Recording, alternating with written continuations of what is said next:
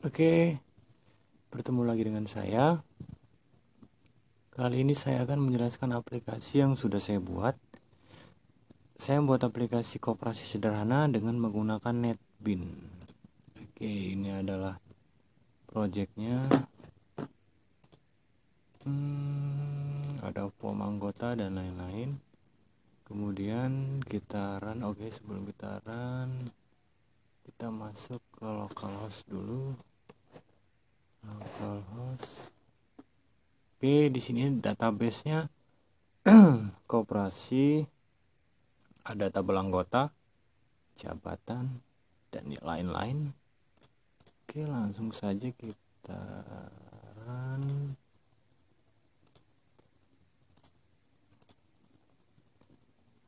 Oke, ini adalah tampilan utama dari tampilan login maksud saya dari aplikasi ini.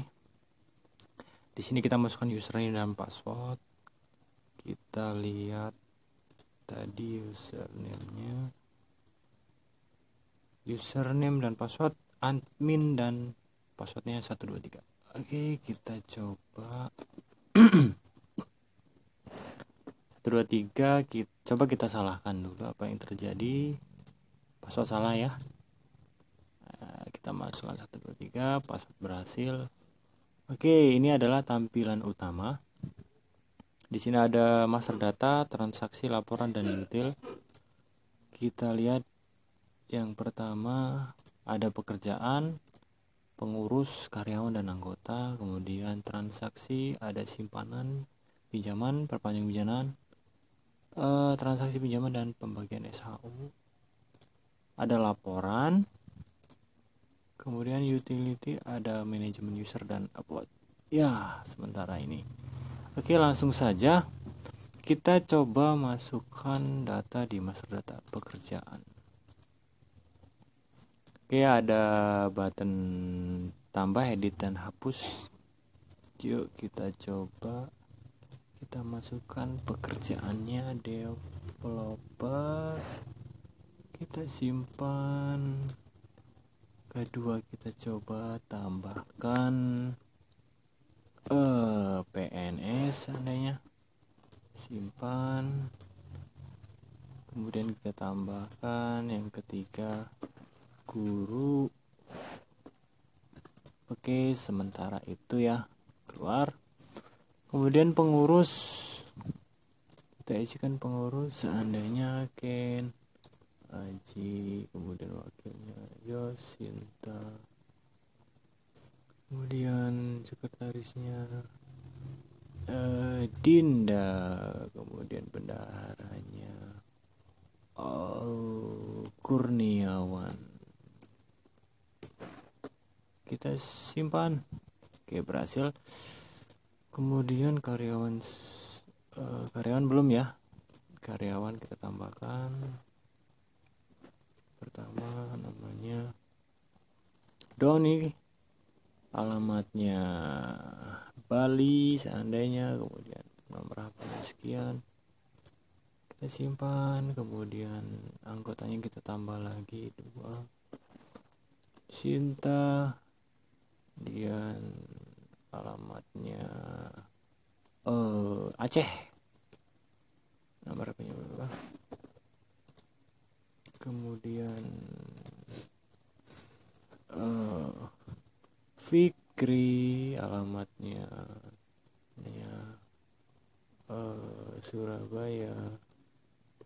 Surabaya. Oke, sementara cukup. Kita masuk ke anggota. Oke, jadi jika ada anggota baru yang mau mendaftar di koperasi ini, kita masuk ke menu anggota. Kita tambahkan, kemudian ID anggota saya buat otomatis. Seandainya anggota barunya Ken Susilo Aji, alamatnya Yogyakarta, tempat lahirnya Sumatera, kemudian tanggal lahir saya buat muda ya, kemudian dan simpanan pokok di koperasi ini 600.000, kemudian administrasinya 100, 500.000. Nomor HP-nya sekian.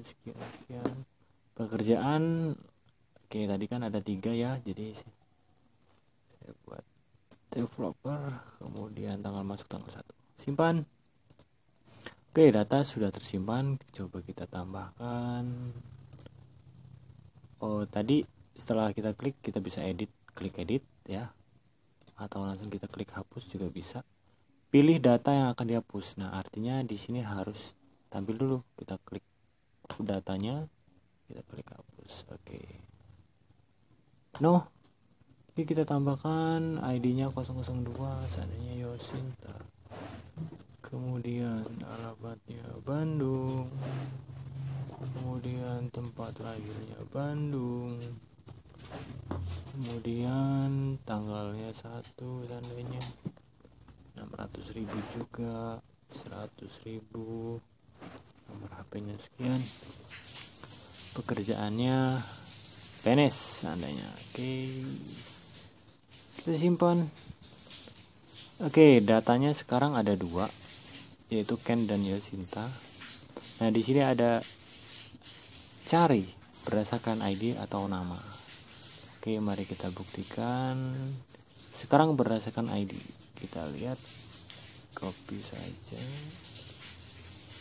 Oke, ada ya 01. Coba kita tadi nomor 2 002 Yosinta, betul. Kalau berdasarkan nama kita hapus dulu Ken atau Ken saja nama. Oke, betul. Kemudian seandainya kalau namanya saya ini teksnya saya buat AG, pasti error, nggak ada.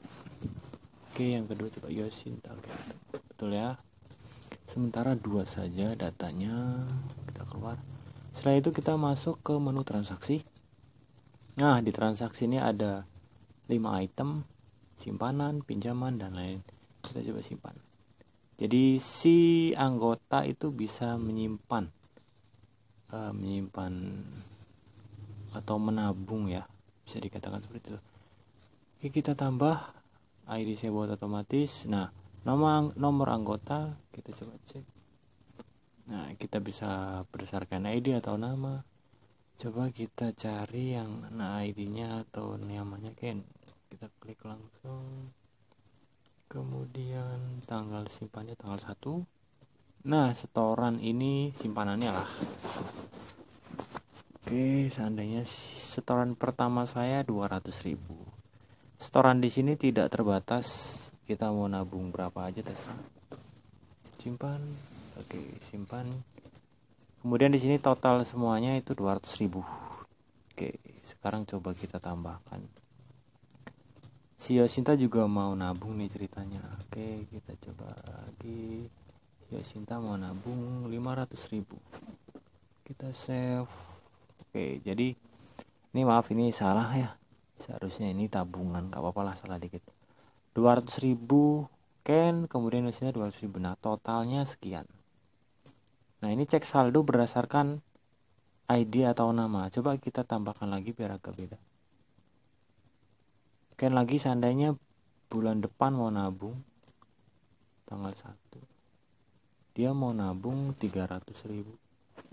Kita simpan. Oke, jadi total semuanya ini 1 juta. Nah, gimana caranya ngelihat total pinjaman dari salah satu orang aja? Seandainya Ken aja mau nyimpan, Ken ya. Oke, Ken, kita cek saldo. Nah, berarti Ken menyimpan 500.000. Betul ya simpanannya atau tabungannya. Kalau Yosinta, oke, kita cek Yosinta. Ini ya, kita cek sama, dia ngecek 500.000 juga. Oke, atau biar kelihatan deh saya tambahkan lagi Yosinta bulan depan mau nabung lagi. Bulan depan tanggal 1 dia mau nabung 200.000. Kita simpan biar kelihatan. Coba kita cek saldonya Yosinta. Kita cek totalnya 1.200.000. Yosinta kita cek. Oke, 700 ya, betul ya. Oke, Oke, kita keluar di pinjaman. Nah, di menu pinjaman ini jadi si anggota bisa meminjam uang ya, simpan pinjam sebenarnya aplikasi ini. Kemudian kita coba tambah nomor anggota. Tadi anggotanya cuma 2. Seandainya Ken ini mau minjam dengan jumlah 5 juta rupiah, sebentar baterai. Oke, kemudian tanggal pinjaman saya tanggal 1, jatuh temponya seandainya 1 tahun. Kita buat 2017 tanggal bulan Desember juga, langsung pinjamannya 12. Kemudian bunganya saya kita buat 2% dari 5 juta. Oke, sekian total angsuran pokoknya 5 juta 516.000. Oke, kita simpan. Oke, datanya sudah kesimpan. Kemudian si Yosinta mau minjam juga seandainya 4 juta. Kita coba tanggal 1 sama dia mau minjam 1 tahun. Setiap jatuh tempo ini bisa diolah sendiri nanti. Enter. Kemudian inilah nilainya, kita simpan. Oke, jadi data yang minjam di koperasi ini ada 2, Yosinta dan Ken. Kita coba keluar. Kemudian pinjaman perpanjang. Nah, jadi di menu pinjaman perpanjang ini, seandainya saya kan sudah meminjam ini 12 bulan ya. Nah, 12 bulan. Di perpanjangan ini, setelah kita sudah masuk ke bulan 12 tapi belum lunas, kita bisa memperpanjang bulannya gitu. Karena di koperasi ini tipe angsurannya ada 3 nanti. Ada setiap bulannya kita bisa bayar pokok, setiap bulannya kita juga bisa bayar cuma bunganya saja, atau setiap bulannya kita bisa bayar jangka, jadi bisa 2 bulan langsung, 3 bulan. Oke. Tapi ini nanti jangan dibahas dulu. Transaksi pinjaman atau transaksi angsuran ya, maaf saya salah lagi. Oke, kita tambahkan. Nah, jadi tadi yang minjam kan Yosi dan Ken. Coba kita lihat kode pinjamannya. Kode pinjamannya ini ya. Kemudian bisa juga nama, bisa ID juga. Seandainya saya mau bayar angsuran. Oke, sudah ada di sini Ken 12 bulan dan angsuran sekian. Nah, kita asumsikan bayar angsuran pertama itu bulan depan. Seandainya saya masuk tanggal 1 bulan ke-1. Nah, dia membayar tipe angsuran pokok atau tetap atau bunganya saja atau berjangka. Nah, saya membayar pokok angsuran pertama.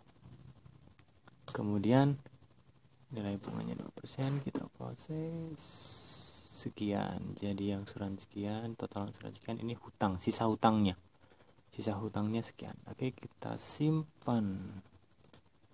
Oke, setelah itu kita tunggu dia langsung mencetak laporan angsurannya.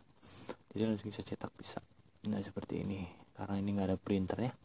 Oke, kita close. Kemudian kita tambahkan hari ini juga, seandainya si Yosinta membayar angsuran ya, tadi total pinjaman sekian, angsuran sekian.